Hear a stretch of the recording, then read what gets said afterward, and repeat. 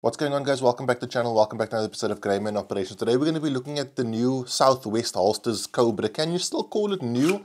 It's been out for a few weeks and I've taken my time in reviewing this, and I'm glad I did because there are definitely some nuances with this holster that you don't pick up on the day of purchase. Guys, before we get into it, I just want to remind you to my patrons, next week I'm giving away a Holosun 47K red dot on Patreon, and then in the month of September I'm giving away one of these packs every week. It's a Nightcore NUP30. I reviewed it last week as a sort of go bag. I'm also going to be putting some gear inside that pack for you guys, and we'll be giving away one of those a week every week in September. So if you want to join on Patreon and get in on that, it's the first link in the video description. If you're watching on YouTube, if you're watching on Facebook or Instagram, it is the first comment.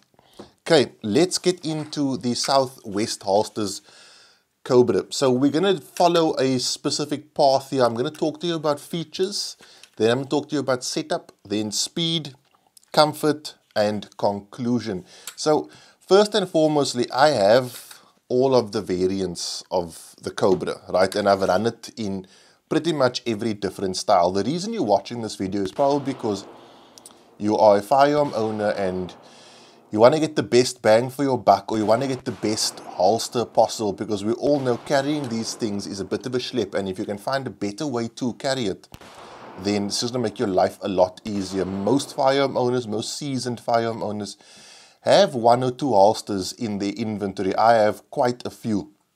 So when I look at these things, I look at it through the lens of my experience with, I think, well over 100 holsters. The Southwest Holsters Cobra is something that I've been asking for, and you guys have been asking for quite a while, a single piece holster.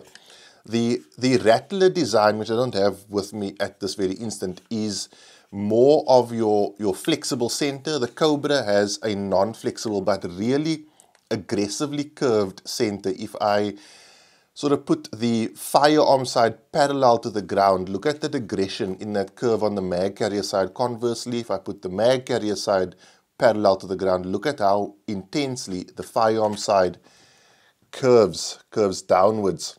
Okay, that curve is designed to sort of work and rotate with your body's natural rotation. That not only improves comfort, but it also improves concealment, and that is something that's very important, and we will talk about that later on. Something that I haven't seen many holster manufacturers do on the mag carrier side, I'm using the orange because it's probably going to be the best contrast. On the mag carrier side, let's see how the green shows up. There is a built-in wedge, okay? That wedge is designed to push the mag carrier side over, which is going to increase the tuck of the firearm side. So if you have a situation like this, the mag carrier is going to push and tilt the grip of the firearm, which is the part that prints the most into your body. Most holsters these days run a flexible center when you're running a holster with mag carrier.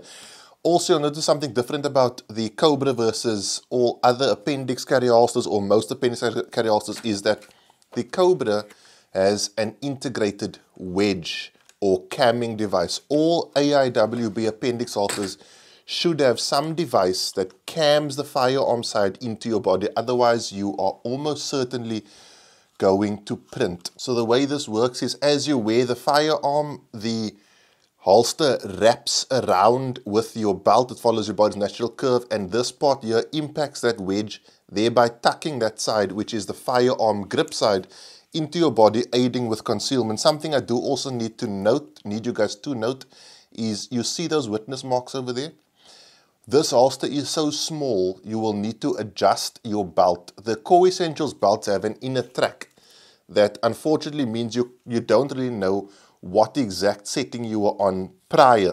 So I witness mark them. The Southwest Holsters Cobra is so small and takes such little space inside your belt line, you will need to tighten your belt in order for it to be tightened down enough for the belt to make contact with that wedge. Now, concealment. Let's switch to some concealment shots.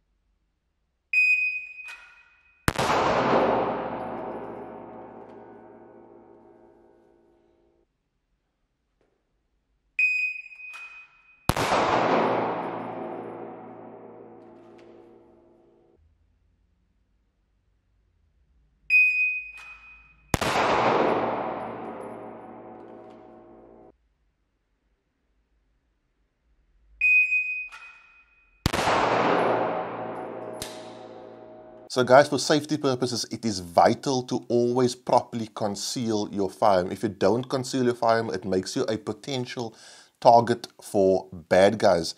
Now, I want to say there are a couple of setup things that need to occur in order to achieve the level of concealment you saw in that video. And I do want to also point this out. The Southwest Holsters Cobra is not a holster for people who are struggling to conceal. It is a holster for people who already can conceal well and they want to maximize their comfort. So even though those shots looked perfectly fine, and you probably are going to get perfectly fine concealment, I can tell you that just the feel on the body, this holster has less tuck than something like a rattler. However, to achieve the level of concealment that I did with the Cobra, there's two things you're going to need to do. One, you are going to need to ensure you have this clip position. So you want your firearm side clip to be in the bottom hole that's available for it, and then the mag side clip either in the bottom or either in the second to bottom or one loop lower than the bottom. That's going to allow you to run this firearm in such a way where it's high enough on your belt line to where speed isn't a factor, and we'll talk about that in the next segment, but low enough on your belt line to where concealment is acceptable.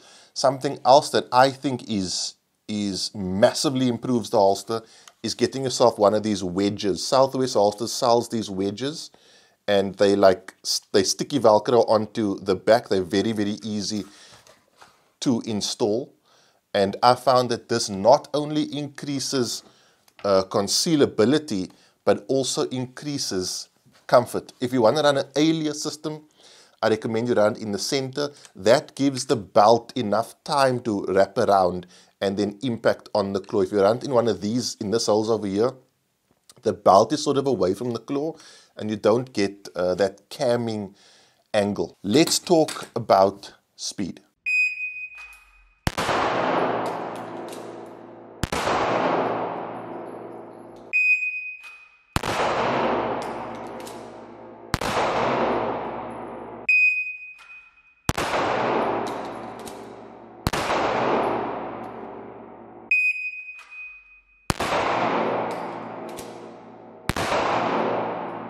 Speed and ability to access your spare mag is not a problem. It's no factor. It's as easy to do this on pretty much any of Southwest Holsters' other holsters. I would just say that in order to achieve that, like I said, you've got to run the holster high enough on your belt line to ensure that you can get a full three-fingered, robust, high-tang grip on the firearm. And in order to achieve that, you want this clip in this position. Let's switch to some comfort shots.